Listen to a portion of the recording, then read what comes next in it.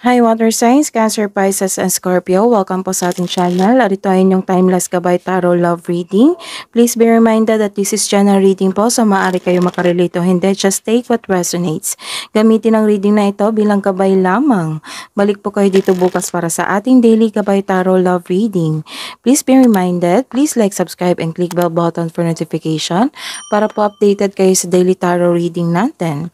Para po sa gusto magpa-reading, maaari nyo pong makuha ang link. Nasa description box po ito. Message nyo lang po ako sa Messenger. Maraming salamat po.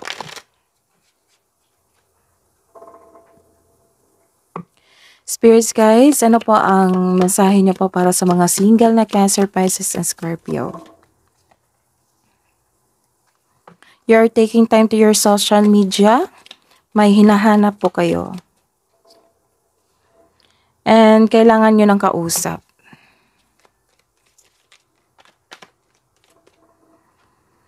Ooh, my love affair. Secret affair or love affair. Dirty little secret. And online kayo. So, bisitahin nyo ang Google. Search nyo tong sign na ito. May message po. May tatlong message. 1111 search. 222 search. And 333 search. Tatlong message po iyan. Love advice po. Love message nyo po para sa mga may relasyon, buhay mag-asawa sa couple natin na Cancer, Pisces, and Scorpio. Masahe nyo po, Spirits Guide. Granted yung manifestation nyo. Someone is praying. May hope. And trigger po kayo sa isang sitwasyon or sa isang tao. May bumabalik from the past. Or may naalala kayo sa past nyo.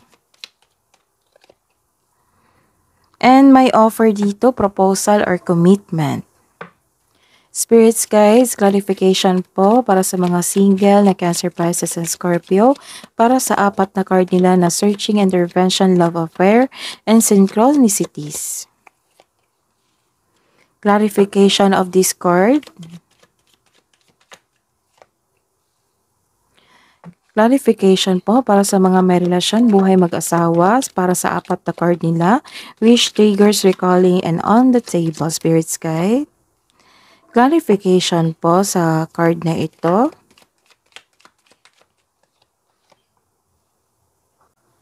Sa mga single dyan, nagkaroon ng emotional offerings. May lalaking romantiko na sensitibo sa iba, i-consider mo ang motive ng taong na ito sa kabila ng kanyang pinapakita niya sa iyo. So, maaaring manliligaw ito sa inyo. Observe ka muna hanggang sa makita mo talaga ang kanyang motibo o intensyon. Kilalanin mo muna yung tao. Nahirapan kayong mag-move on dito. Bakit kaya? It may be sa past love nyo or sa itong love affair na ito. Kaya nag-search kayo dito eh. So, take this advice na mag-search kayo ng tatlong message. Baka makatulong to sa inyong naranasan ngayon. Sa mga may relasyon, matibayin yung relasyon. Maaring nag-date kayo ngayon after sa mga masalimuot na di pagkakaunawaan ng kahapon. Ayun, nag-uusap po kayo. May offer nga dito eh at may commitment. Maganda kasi be ready kasi yung offer or proposal hindi nyo magugustuhan. Baka makaka-receive kayo ng hindi magandang balita or pag-uusap sa inyong pag-uusap. Makaka-encounter ka ng immature na tao. It might be you, it might be your partner. Nagkaroon kasi ng frustration dito eh. Hidden truth, anong iniisip mo, anong iniisip niya para po sa mga single? I am not available.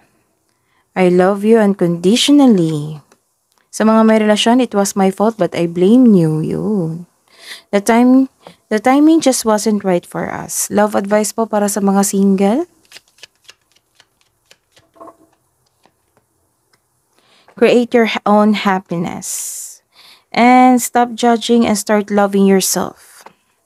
Love advice po para sa mga couple natin. Remarkable. Notice everything remarkable about your relationship And nagkaroon talaga kayo ng challenges sa inyong buhay pero naging okay kayo dito. Obstacles, look for ways around the obstacles to find happiness. Sa mga single po, close your eyes and tell yourself that you deserve to feel joyful. You can allow joy into your life regardless of the circumstances you currently find yourself in.